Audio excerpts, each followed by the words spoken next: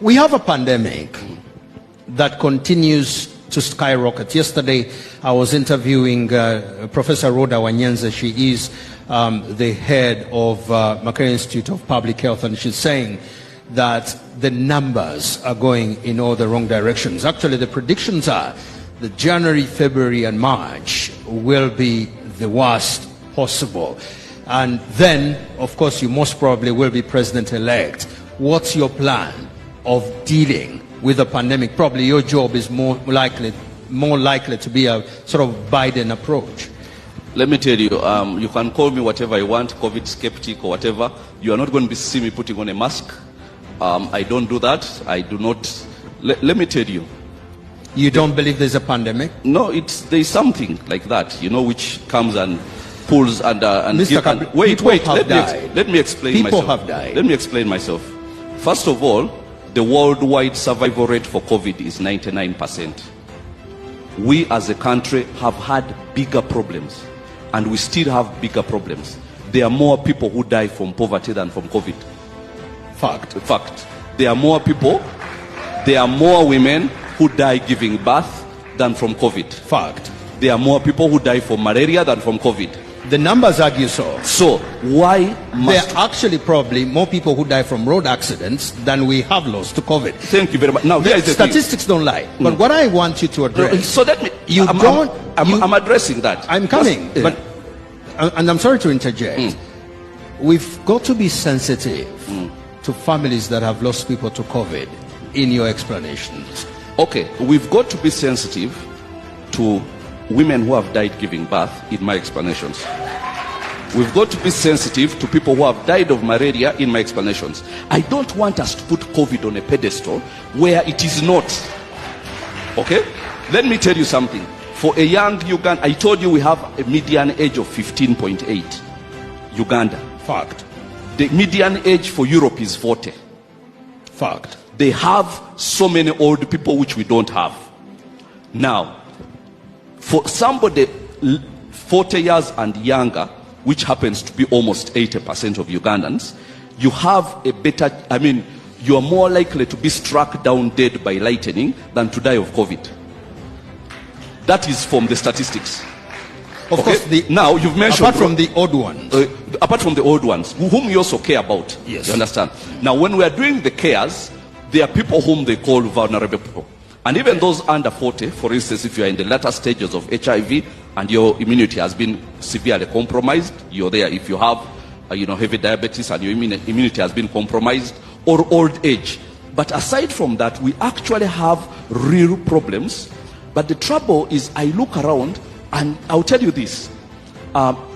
Somebody was telling me that drug companies, like for instance, Joint Medical Stores, made a 300% profit this year because of COVID.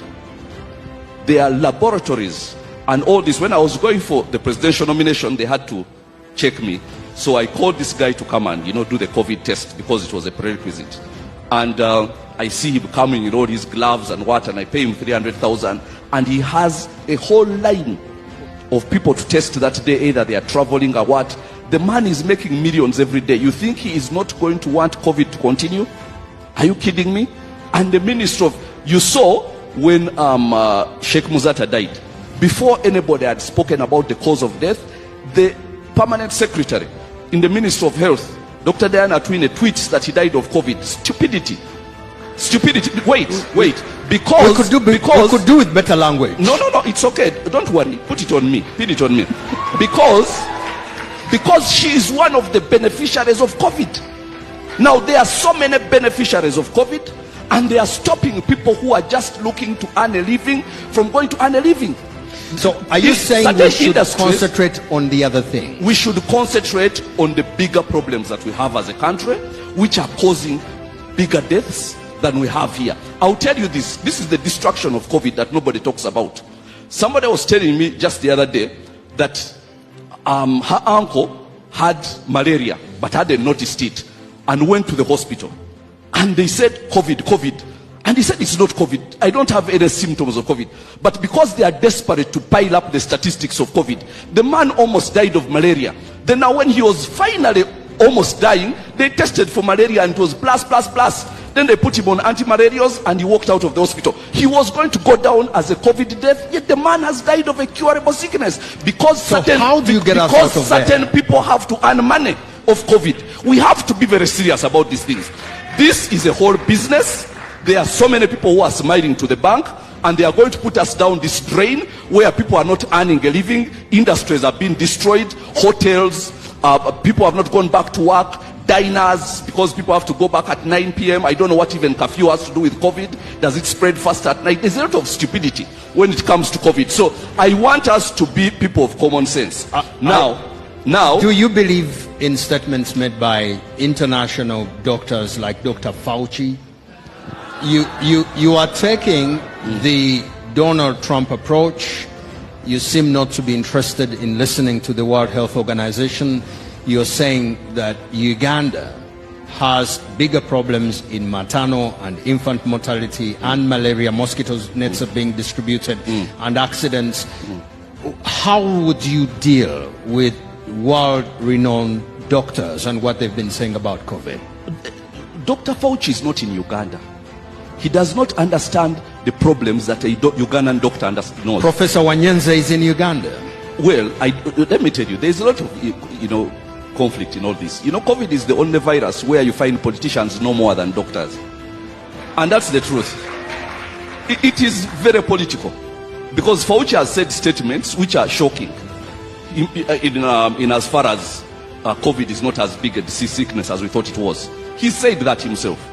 But the politics overcomes him. Why? Because there are some people who are enjoying the whole thing. Because it gives them power. Okay? It gives them power. Imagine something which can get you and they lock you up for 2 weeks. Now they can come and say, if they don't want me to campaign for 2 weeks, they come and say, you came in contact with somebody who has COVID, isolate, and I can't campaign for 2 weeks. I mean, there is nothing like that which, if you cannot detain somebody in our laws for 48 hours without presenting them in court. Well, it's already taken out Donald Trump as president. Well, but he got cured of it. The man is 74. I mean, he lost the presidency because of it. To a certain extent. I'm not so sure because of that. But then, he did not lose his life. He's 74. He's among those whom you'd think in 3 days he was up and was out campaigning. 3 days, a 74-year-old. And you tell me that Uganda's 15-year-old teenagers, 30 years old are somehow very at risk because of COVID. Let's move on to things which actually matter. Because fantastic. Now we know your position on COVID. Let's get to something else. Reclaiming the nation. Saga Zone will tell you this. Rocking this nation.